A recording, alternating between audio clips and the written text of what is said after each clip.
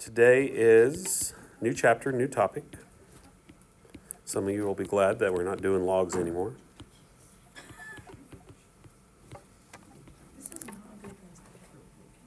Okay, this is one of those topics that we've covered, even going all the way back to Algebra 1. We talk about systems of equations.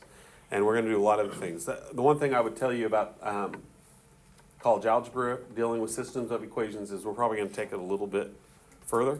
We're going to do a little bit more with systems of equations.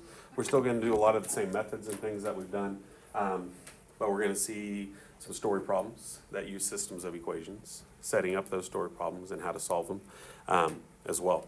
But today is really just kind of focusing on the three main methods that we can use to solve a system. So first up, we have three types of systems.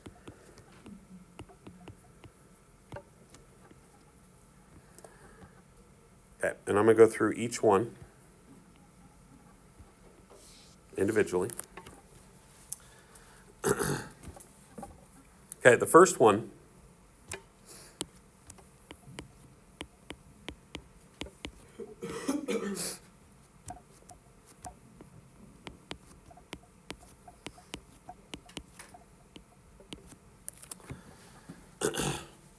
the first way that we can solve is by graphing. Okay, and so on these first three, we're going to talk about what the graph looks like. We're going to talk about how we can graph it. And then we're going to talk about the type of solution or system that we have. If I really want to use my calculator here, then I can't leave the equations like this. And so that's a good thing and bad thing about the graphing method is if it's not y equals, then we want to get it to that point where y is by itself. So in this case here, I'm going to solve both of those equations for y. So on the first one, I would subtract x from both sides, and that gives me that. For the second one, I subtract 3x from both sides, and that would give me that. The bonus of doing that is that we can now graph it, right? And we can put it into our calculator, and we can graph it. If we were going to graph this by hand, we could do it.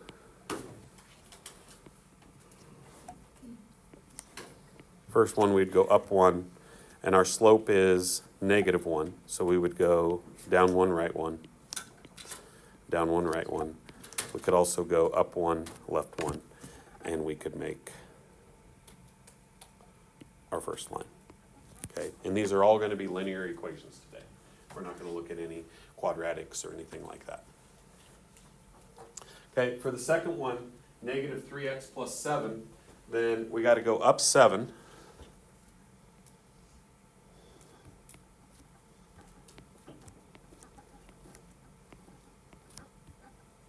And then we're going to go down 3 over 1. Down 3 over 1. Down 3 over 1. And then these two are going to cross. Okay. And so we would still graph the two lines and do all that. But your graphing calculator is going to be a pretty good indicator of things that we'd be able to use to graph this and then find the intersection as well. So if I really wanted to find out where do these 2 points cross at, your calculator is going to be a really big help there. Okay, so if you get your calculators out, we could put these both in, if you haven't already, is the point where these two cross.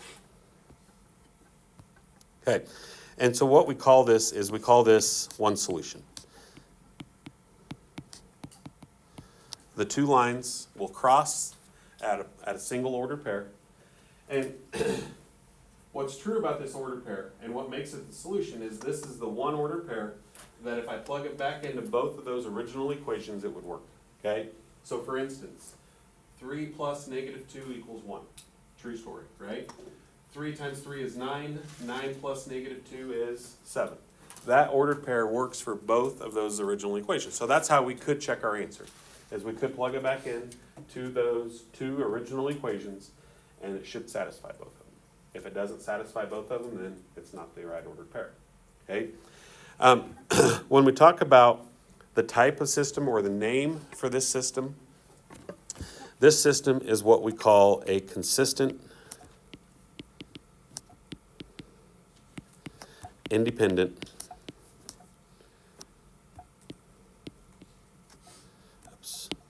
spelling would be nice, a consistent, independent system. And you're going to see that terminology sometimes. Each one of these three types of solutions has a different name to it.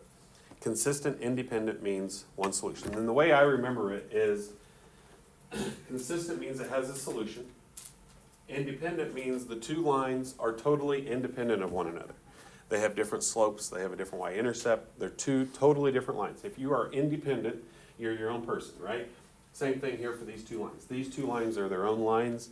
They do cross, they do have a common point, but they are totally independent of one another. So that's kind of a way that you want to remember that. Consistent, independent.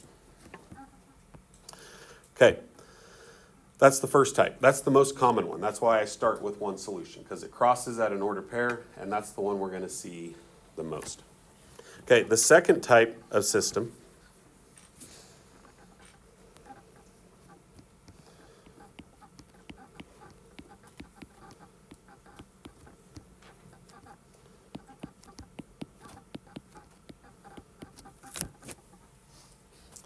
sometimes it'll already be in slope-intercept form, sometimes it may not, so I'm giving you some that are not necessarily in slope-intercept form to start with.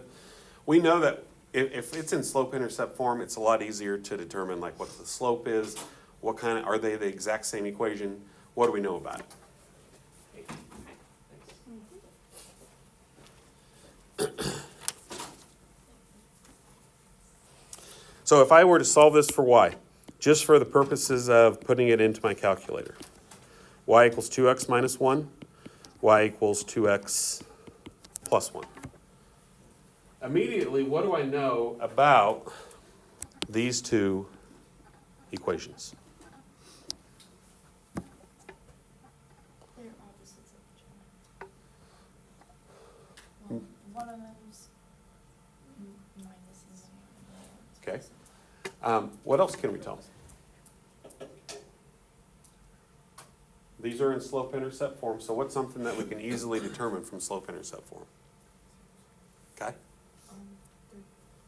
They're parallel, yeah. They have the same slope, okay? They both have a slope of 2, okay? So because they both have a slope of 2, that means these two lines are going to be parallel and they're never going to cross. They don't have a single ordered pair. So if I were to graph these two, this one goes up 1, and then up 2 and over 1. And then it starts down 1, and it goes up 2 and over 1. Okay, so we say these two are parallel. If they are parallel, that means there is no solution. There is no point where these two lines will cross one another. The name of this system is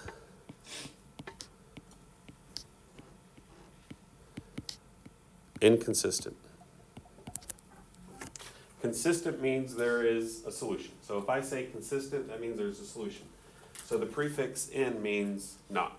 So not consistent means no solution, essentially. Okay? So if you can kind of break down the word and know what the word means, then that will help you to kind of remember which one goes with which. Okay? I know it's kind of weird to have names for these systems, and it's something that's a little bit different, but you will see those names. We need to be able to identify what each one of those systems are. We are more familiar with identifying the type of solution that it has, but this is the type of system that it would be. Okay? So that's another one that we will see from time to time. Two lines that are parallel will never cross, and we say that's an inconsistent system. Okay, the last one .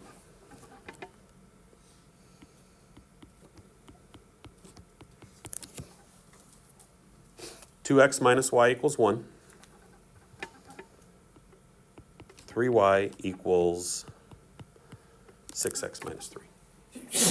Bless you. Okay, let's solve this one first.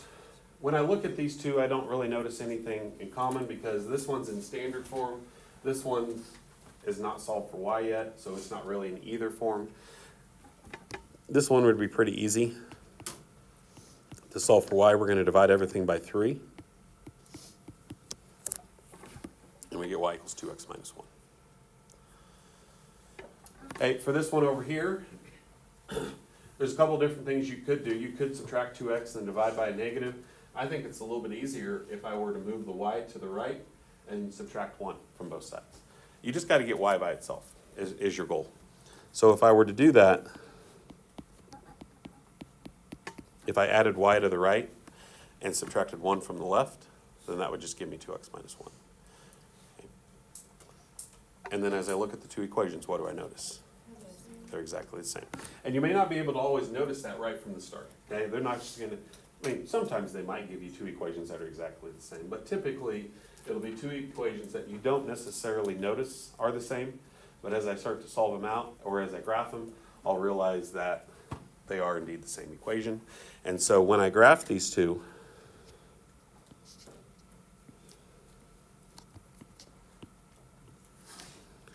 you're going to have two equations, but only one line. They're going to be right on top of one another. Okay? And in this case, any point that falls on this line at any point in time is a solution. So we have lots of solutions. We have lots of points. There's lots of points that these two lines have in common. And so what we say here is infinitely many solutions. It's not just one solution. There's many solutions. And from here on out, I'll abbreviate that as IMS so you don't have to write out infinitely many solutions. I don't think that the textbook probably does that, but I do that, and I'm okay if you do IMS to mean infinitely many solution. Okay, the name of this system, there is a solution, so it's still consistent. Consistent means it has a solution, but it would be dependent. Meaning everything is dependent upon each other. If two things are dependent, that means they have the same slope, the same y-intercept. They rely on everything. Their points are the same. Everything is the same. So they're totally dependent on one another. And that's different than consistent independent that we started with. Okay? So those are the three types of systems that we're going to see. Those are the three types of solutions that we would see that go along with each one of those.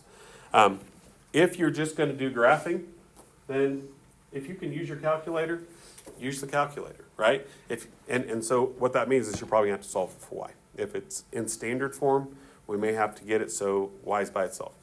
But it would be a good benefit to you to be able to use your calculator. Unfortunately, they're not always going to be in slope-intercept form, though.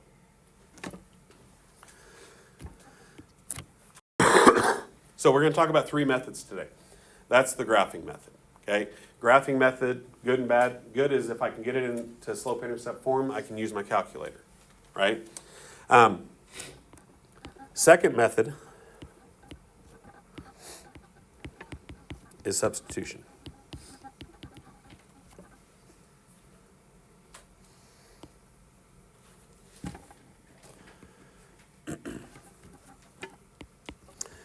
We're going to do a couple of these.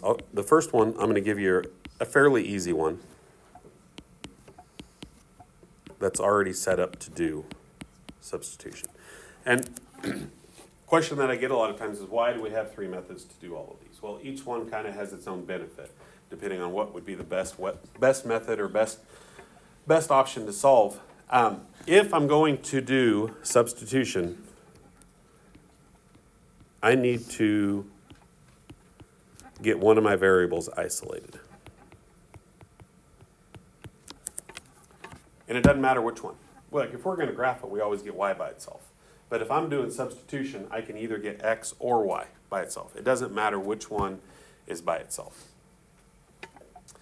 And so in this case, as we look at it, x in that second equation is already isolated, meaning it's already by itself. And so this one is already set up to do substitution. So we're going to take that entire expression, x equals negative 3y plus 3, and we're going to put that in where x is at in that first equation. We're going to substitute it in.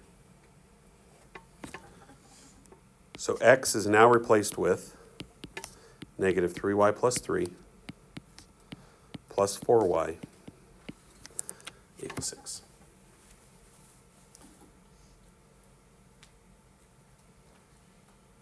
And we're going to solve for y. Because these two y's are on the same side as one another, we're just going to combine them together. So that gives me y plus 3 equals 6. Subtract 3 from both sides. We get y equals 3. Okay. But we're not done, because we want our answer throughout this chapter to be an ordered pair. Okay? And that's one thing you're going to need to start being able to identify. Don't want to stop at y equals. Usually when we solve an equation, we're done right there. But today we want our answer to be an ordered pair. Make sure you put 3 in for the correct variable. It's the y, so it's the second number in the ordered pair. Sometimes we might solve for x first, but this time we solve for y first. Okay, and then you have a couple of options. Since I know that y equals 3, I can either plug it into the first equation or the second equation. Which one would be ideal? The second one, right? Because x is already by itself. So this would be the better one to plug it into. So we're going to say x equals negative 3 times 3 plus 3, all kinds of 3's. So that would be negative 9 plus 3, which is negative 6. Okay. One of the good things about this chapter is if I get an answer of negative 6, 3, I can always plug it back in and I can check it. I should be able to check every single one of these. If I have any doubt if my answer is right, then this would be a way that you can always go back and double check yourself. Okay. Plug this back in and see if it works. Okay, and so that, if we have a variable by itself, that would be an ideal equation for substitution. Okay, there might be some times where we have like fractions or decimals, and graphing it may not be ideal, or if it's in standard form and solving for y is kind of hard, might be kind of hard to do. And so graphing is not always going to be ideal, and so substitution might be a method that we go to sometimes. Okay, I'm going to give you another one that's not quite set up to do substitution, but substitution is still going to be the best method.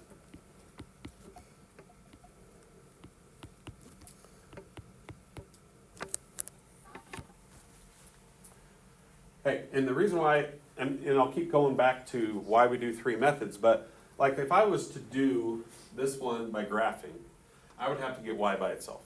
Okay, it's doable, but it's not going to be ideal because I would have to subtract 3x, I would have to divide by 5, and that's going to give me some fractions, right? I would have negative 3/5 x plus 2/3, or sorry, 2/5. And that's not going to be a whole lot of fun to graph, okay? I could probably put it in my calculator, and yeah, that's fine, but then if I do graphing and have to show graphing, then that's not going to be a whole lot of fun to graph by hand. So probably graphing is not going to be ideal here. So substitution, right now, if I tried to say, what variable are we going to get by itself? We're always going to isolate a variable with no coefficient. That's going to be the easiest one to get by itself. So I wouldn't do the 3x or the 5y because those both have numbers in front. I wouldn't do this one because it has a 2 in front. This would be the one that I would probably choose to get by itself. That way I don't have to do any division. Okay? Stay away from fractions if at all possible. So we kind of do like we did earlier. You just got to solve for y, but a really quick and easy way to solve for y here is to add y to this side, add 3 to the other side. The y and the 3 are just going to flip-flop, essentially. So this would become 2x plus 3 equals y. Try to keep it as simple as you possibly can. It's not wrong to subtract 2x and divide by a negative, but I think that's a little bit more work. Once I have y by itself, we're going to take 2x plus 3, and we're going to plug it in for y.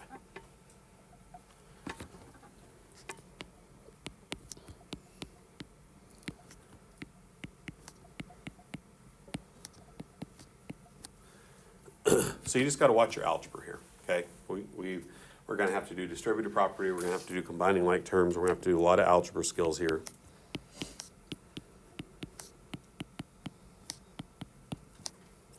Combine your x's together.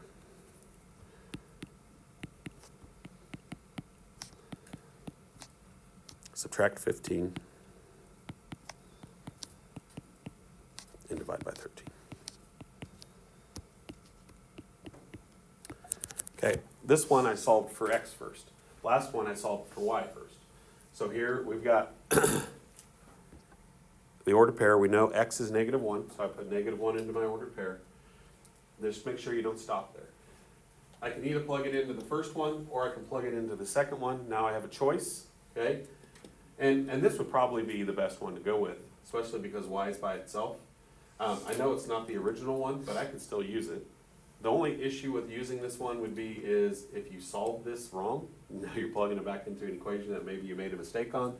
But if you're pretty confident that you got that equation right, that would be the one that I would choose to put it into. And so I would do 2 times -1 plus 3 equals y. And so that would be -2 plus 3, which is 1. So y is 1. And that's my answer. Okay, so that's substitution.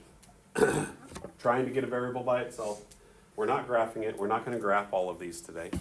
And just trying to figure out what my solution would be. Okay, the third method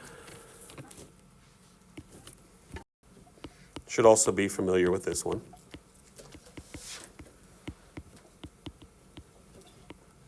Elimination. Okay, once again, I'll give you a really easy elimination one where we would definitely use elimination, then we'll talk about which ones would we use elimination versus the other two methods. All right, so this first one,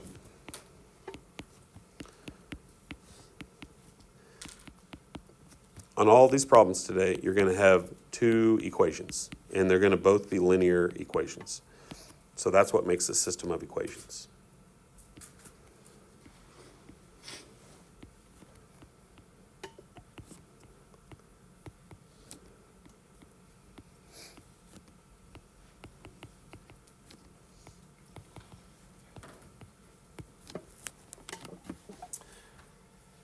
So if we try to decide which variable are we going to eliminate, we want the same variable, but we want to be opposite signs or opposite values. So I can either eliminate the x's or I can eliminate the y's. We're not going to worry about these numbers over here. We don't care about those. So it's either x or it's y. We got to eliminate one of the two variables. And the one that's already set up for elimination here is the x's. Okay, these two are opposites of one another. Positive 3, negative 3. So all I have to do to eliminate them is just add them together. We're just going to add these two equations together, and when I add them together, my x's are going to eliminate. They're going to disappear. 3x plus negative 3x are going to be gone. 4y plus negative 5y is negative 1y. Negative 2 plus 1 is negative 1. Okay, and look how quick and easy. We're already to a point where we can divide by negative 1, and we get y equals 1. Okay.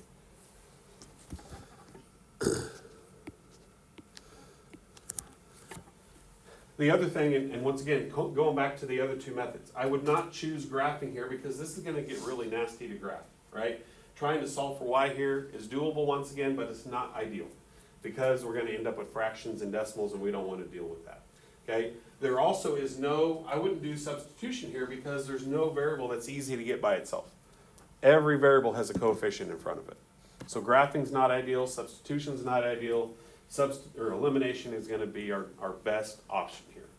That's why we have these three methods, because each method has kind of a purpose. Each method kind of has a reason as why we would use that versus the other two.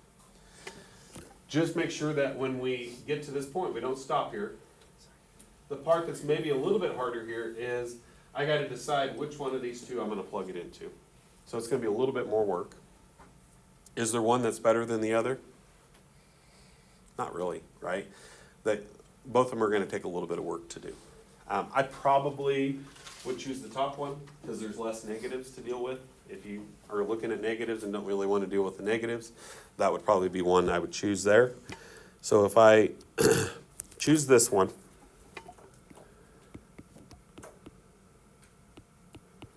I'm going to plug 1 in for y.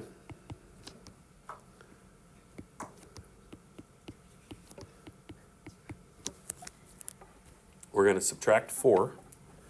So we get 3x equals negative 6. We divide by 3, and we get x equals negative 2. Okay. And I can't stress enough that, like, if you're not sure about your answer, or even like on a quiz or a test, if you just want to double check that it works, you can always plug it in. Okay? There isn't any reason why you should miss questions like this on a quiz or a test, because you can check every single one of them. And you know without a doubt you've got it right, because it works. When I plug it into those two equations, I know it's the correct solution. Okay? So you should never miss questions like this, because you can always check them. And so I highly encourage you to do that. I'm never going to look to make sure that you do, but if you do, you won't miss them.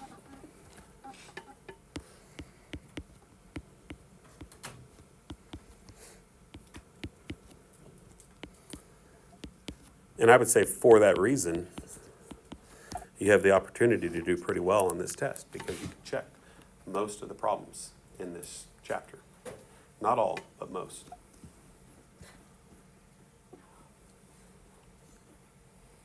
Okay, this one's a little bit harder. If I look at all three methods, once again, graphing is not a real good option here.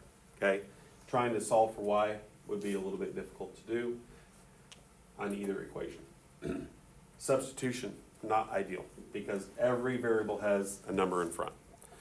And so this one's elimination, although it's not ideal for elimination necessarily either, because it's not set up like the last one. The last one was ready to go for us as it was written. Okay, so what we have to do is we have to force either the x's or the y's to be opposites here. Okay, and it doesn't matter which direction you go. I can either go x's or I can go y's. So what's something that both 5 and 4 go into? 20. Okay, what about 2 and 3? 6. So I could either make both of these 20 or both of these 6. Which way would we rather go? 6's, okay?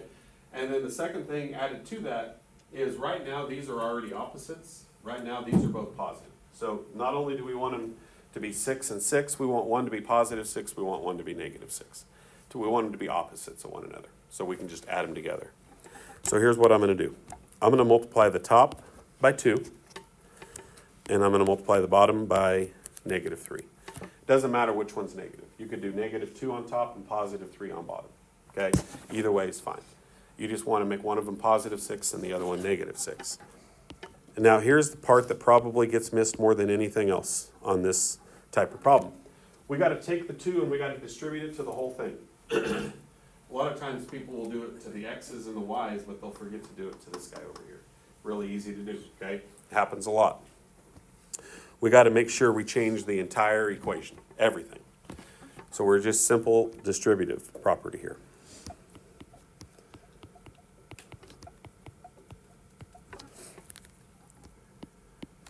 Do the same thing to the bottom. We're going to multiply everything by negative 3.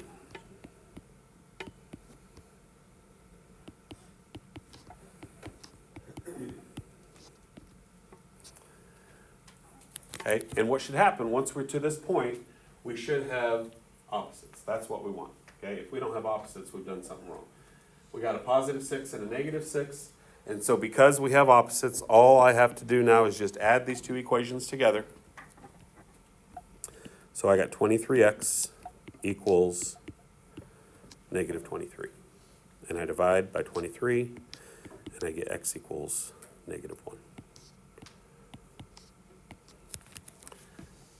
Still got to find out what y is, though. We're not done yet. I have 4 options here. I can go one of the 2 originals, or I could go one of these 2. I probably would choose one of the 2 originals. And I'm going to choose the top one because there's no negatives in it. Okay, less chance for error if there's no negatives in it. So we're going to do 4 times negative 1 plus 3y equals 11. So I'm just taking this equation and putting in a negative 1.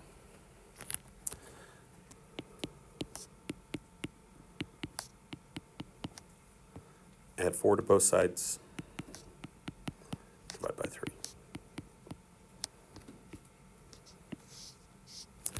Okay. And you may get some fractions sometimes. Don't freak out if you get fractions. There's a chance that some of our answers could be fractions, and that's okay. I gave you some pretty nice ones that worked out to be nice integer numbers, but fractions are something that we might run into.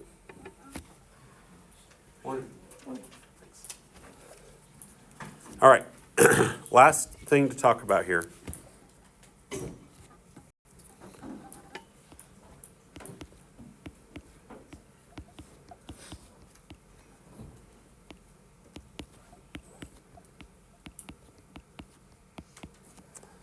Okay, have a system of equations, and we want to solve this. And I will tell you this, like on quizzes and tests in this chapter, I'm going to tell you what method I want you to do. But then we'll also have some that I'll let you choose whatever method you want to solve, okay?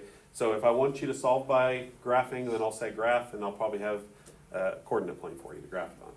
If I say substitution, then I would want to see work for substitution. Elimination, the same way. If I just say solve and I don't tell you what method, then you can choose any of those 3 to solve it. So if I said what would be the best way to solve this one, what do you think would be the best way to go about it? Do we want to graph it? Probably not ideal, right? Solving for y, not going to be real pretty to do, okay? Would I be able to do substitution here? Once again, it's not going to be ideal, right? Every variable has a coefficient. And so that means I'm going to have fractions, and then if I was going to do substitution, I'd have to plug in a fraction.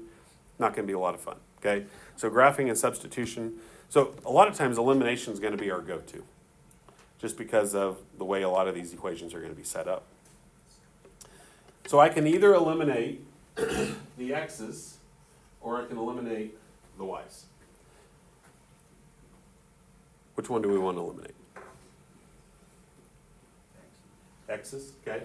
2 and 3 both go into 6. These 2 would both go into 18, okay. So probably just always picking the smaller number might be a little bit, dealing with a little bit smaller numbers. Okay, so I'm going to multiply the top by 3 and the bottom by negative 2. Okay, you could do a negative 3 and a positive 2. Once again, it doesn't really matter. Okay, as we distribute through,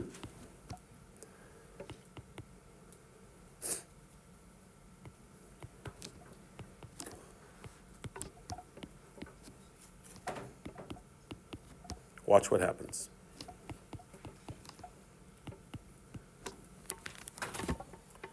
We were just trying to eliminate the x's, and as I eliminate the x's, if I look at my y's, they're also opposite. So both the x's and the y's, if I were to add these 2 equations together, are both going to eliminate. My x's are gone, my y's are gone, and all I'm left with over here is 0. There's nothing left. They both eliminated. Over here, I'm left with 1. Is that a true statement? No. 0 does not equal 1, right? That is not true. So this is an example of what would happen if we have no solution. Okay. So when I do substitution elimination, can I still get no solution or infinitely many solutions? Yeah, okay. And you won't necessarily notice it right from the start. If I look at these 2 equations, you wouldn't necessarily say, oh yeah, that's going to be a no solution, okay? If it was in slope-intercept form, I could easily notice it because the slopes would be the same. But I don't necessarily know what the slopes are. Unless you want to find the slopes. And if you remember, we could do the negative a over b. Negative 2 over 6 would be negative 1/3. Negative 3 over 9 would be negative 1/3. So if we found the slopes of those 2 really quickly, we would find out that they really are parallel to one another. Okay? If you were to do, just to save a little bit of time, instead of going through an entire equation where we would have to do one of these, if I were to do an infinitely many solution, then it would look something like this. I would have 8x minus 9y equals 6, and I would have negative 8x plus 9y equals negative 6. And as I start to add these two equations together, everything disappears. Okay? And that would be after you do all your multiplication and everything. And so when I look at it, does 0 equal 0? Yep. Does 0 always equal 0? Yes. And so this would be one that we would say infinitely many solutions. Because the x's and the y's have both eliminated. We can't solve for x and y anymore because they're both gone. Okay, so are the two equations equal or are they not equal? Okay, that's going to be the difference between no solution and many solutions. Okay. Guys kind of remember all that fun from solving systems?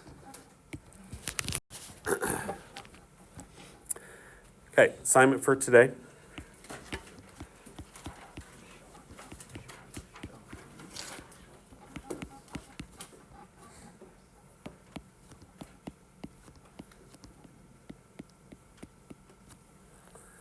Most of these tell you what method to solve by, so you're going to be doing some of each.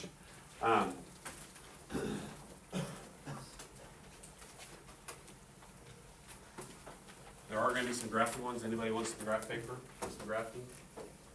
Any graph paper? Okay. If you want some, there is some over here, so grab yourself some if you would want some. I know you can use your calculator, but on a test or a quiz, if you do a graphing one, you will have to put it onto a coordinate plane, and you're going to have to graph it. You're going to have to show where they cross at, so you're going to have to graph the two lines pretty accurately to show where they cross at. Okay, so your calculator is great, but you're still going to have to be able to put that onto a coordinate plane and graph it.